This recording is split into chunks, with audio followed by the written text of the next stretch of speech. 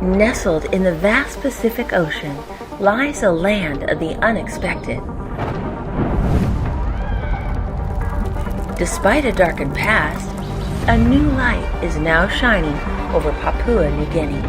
A bold new initiative of the Seventh-day Adventist Church is being implemented in unprecedented ways. I'm Cami Utman, and this is Adventist World Radio's story of P&G for Christ. At AWR, our team prayerfully and strategically planned every move to reach the largest population possible. God plainly tells us the entering wedge to people's hearts and minds is medical missionary work. And if God says it, AWR will do it.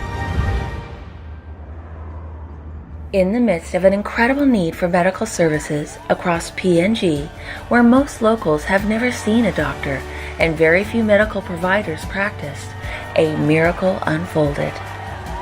In Mount Hagen, Adventist World Radio organized the largest free mega health clinic ever held by the Seventh-day Adventist Church. On opening day, the site was overwhelming. Over 20,000 people gathered, some in wheelchairs, others using sticks or crawling on their knees, all in desperate hope for the care our international team could offer. Dr. Jacob Provocar and his team performed over 3,000 life-changing cataract surgeries, restoring sight to many who had lived in darkness. Many other clinics delivered essential treatments.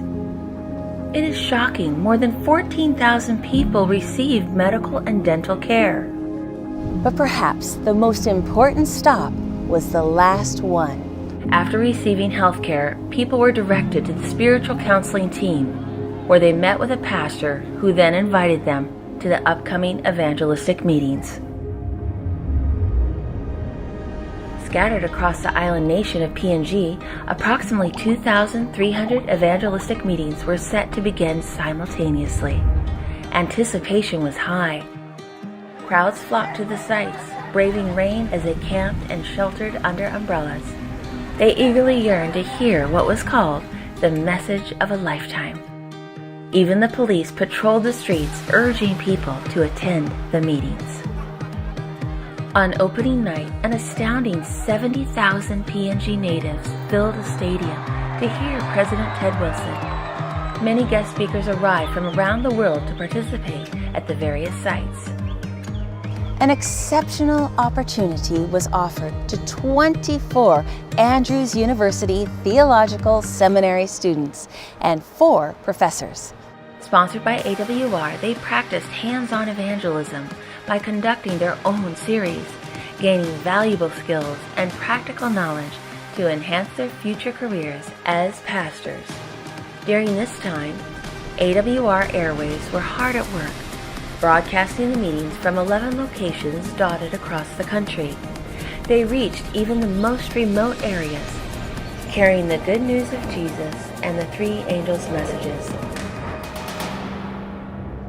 Back in 2019, Helen and Simon, who were pastors of a Sunday church, discovered what the Bible says about the Sabbath.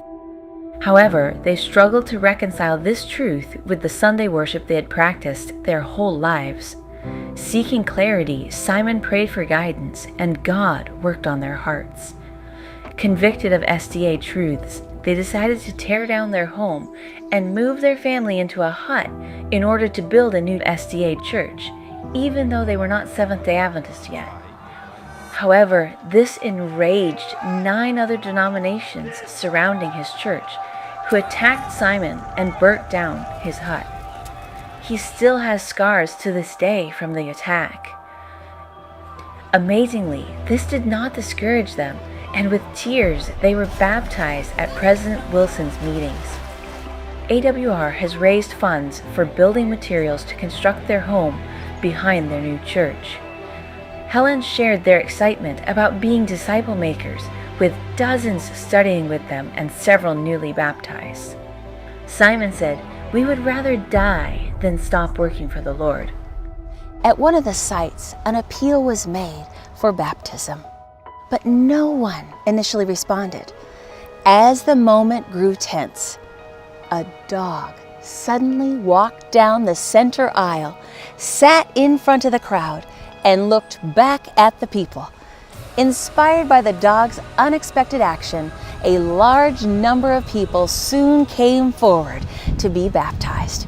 Isn't God amazing? On the first Sabbath, a staggering 98,000 people were baptized across PNG. This momentum continued every weekend, with beaches flooded with masses of newly converted, consecrated souls, making public declarations of faith. On a